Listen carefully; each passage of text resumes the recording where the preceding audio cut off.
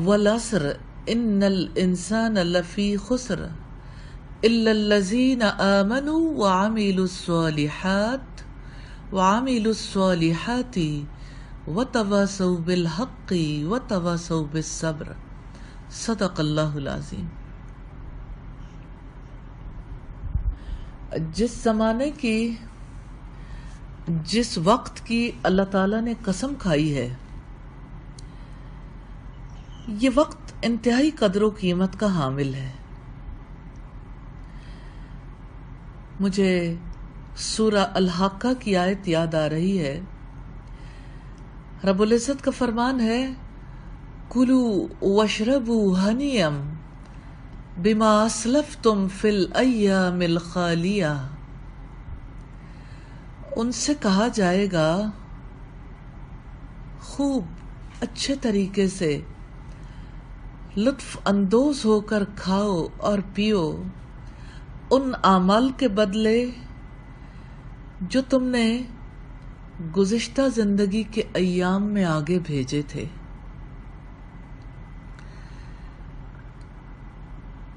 آج کے دن الایام الخالیہ ہے. آج کے دن کام کے دن ہے. آرام تو آنے والے دنوں میں ہوگا. کل کے آرام کے لیے آج کام کرنا ہے. دنیا میں دو طرح کے لوگ ہیں. ایک وہ جو وقت کی قدر و قیمت پہچانتے ہیں، غفلت، سستی اور کاہلی سے بچتے ہیں، مایوسی اور ندامت سے بچ جاتے ہیں. اور دوسری طرح کے وہ لوگ ہیں جن کے بارے میں سورہ فاطر میں رب العزت نے فرمایا اولم نعمرکم،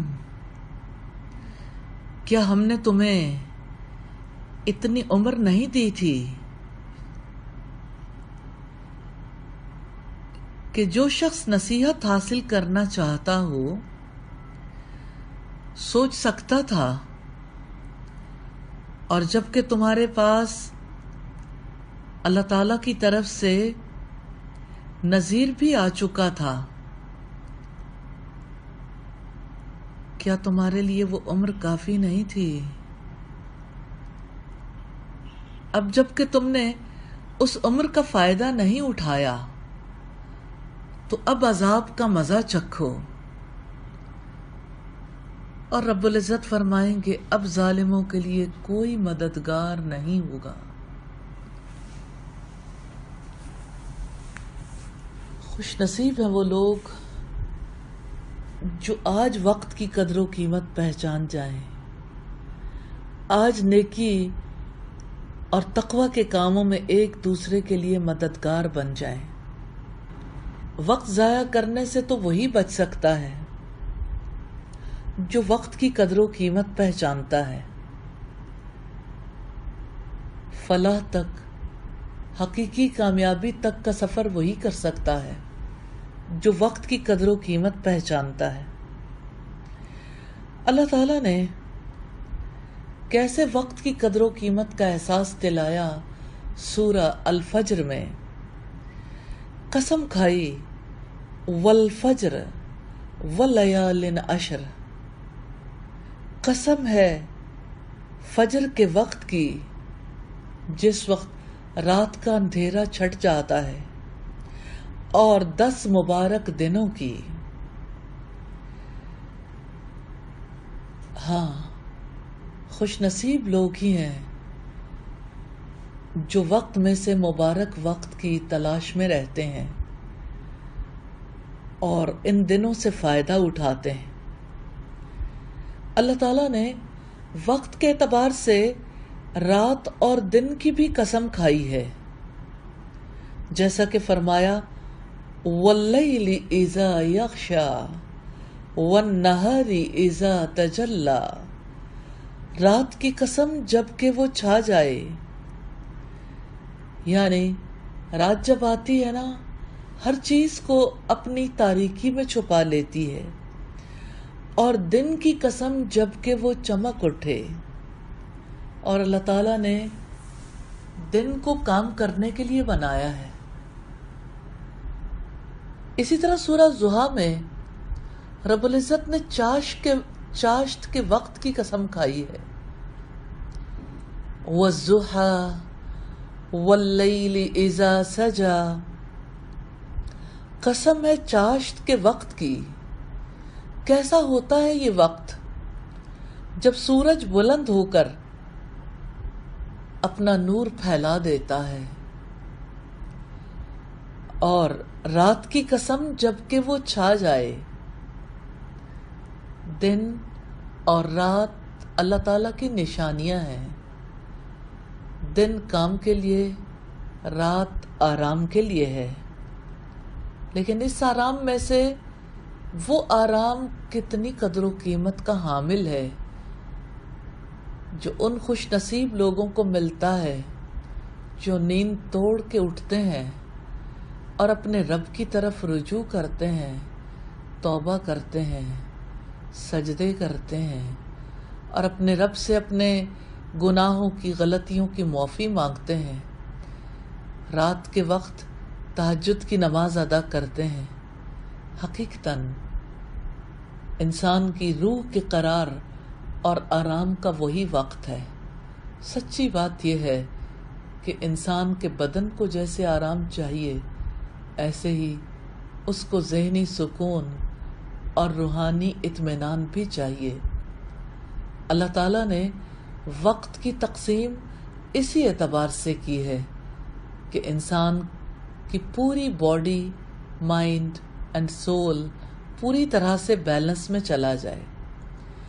اور پھر اب دیکھیے سورہ العصر میں رب العزت نے قسم کھائی ہے زمانے کی کہ انسان خسارے میں ہے، اپنی عزیز عمر کو گنوا دیتا ہے، اپنے قیمتی وقت کو گنوا دیتا ہے۔ کہیں رب العزت نے فجر کی قسم کھائی، کہیں چاشت کے وقت کی، کہیں رات کے بارے میں بتایا۔ یہ زندگی کے اوقات ہیں، معمولی نہیں ہیں، حقیر نہیں ہے، ایک ایک لمحے کا حساب ہونا ہے۔ سیدنا عبداللہ ابن عباس رضی اللہ تعالی عنہ سے روایت ہے کہ نبی صلی اللہ علیہ وسلم نے فرمایا، دو نعمتوں کے بارے میں اکثر لوگ خسارے میں رہتے ہیں، ایک تو صحت ہے اور دوسری فراغت۔ یہ صحیح بخاری کی روایت ہے، اور اس کے باب کا نام ہے لا عیش الا عیش الآخرہ، کہ زندگی تو آخرت کی زندگی ہے، اور اس حدیث کا نمبر 6049 ہے۔ تو زندگی کا یہ وقت اور صحت دونوں نعمت ہیں۔ اکثر لوگ یہ سمجھتے ہیں کہ نعمتوں کو کبھی زوال نہیں آتا۔ یہ شیطانی وسوسہ ہے۔ حقیقت یہ ہے نہ صحت ہمیشہ رہتی ہے، نہ وقت ہمیشہ رہتا ہے۔ سیدنا ابو برزہ اسلمی سے روایت ہے، نبی صلی اللہ علیہ وسلم نے فرمایا، قیامت کے دن بندہ اس وقت تک اللہ تعالیٰ کے آگے کھڑا رہے گا جب تک کہ اس سے 4 چیزوں کے بارے میں پوچھ نہ لیا جائے۔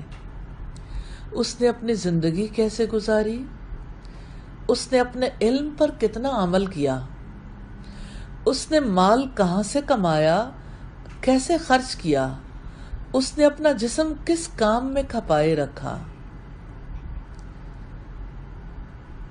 حقیقتاً ہمیں اللہ رب العزت کے حضور اپنی زندگی، علم، مال اور جسم کے بارے میں کیے جانے والے سوالات کا جواب دینا ہے۔ یہ نعمتیں ہیں، اور نعمتوں کا حق ادا کرنا ضروری ہے۔ سیدنا انس سے روایت ہے، نبی صلی اللہ علیہ وسلم نے فرمایا، اگر قیامت قائم ہو جائے اور تم میں سے کسی کے ہاتھ میں کھجور کا چھوٹا سا پودا ہو، تو اگر وہ اس بات کی استطاعت رکھتا ہو کہ وہ حساب کے لیے کھڑا ہونے سے پہلے اسے لگا دے تو اسے ضرور لگا دینا چاہیے۔ سبحان اللہ، کہ نیکی کا کوئی موقع گنوانا نہیں چاہیے۔ نو پوسٹ پونمنٹ۔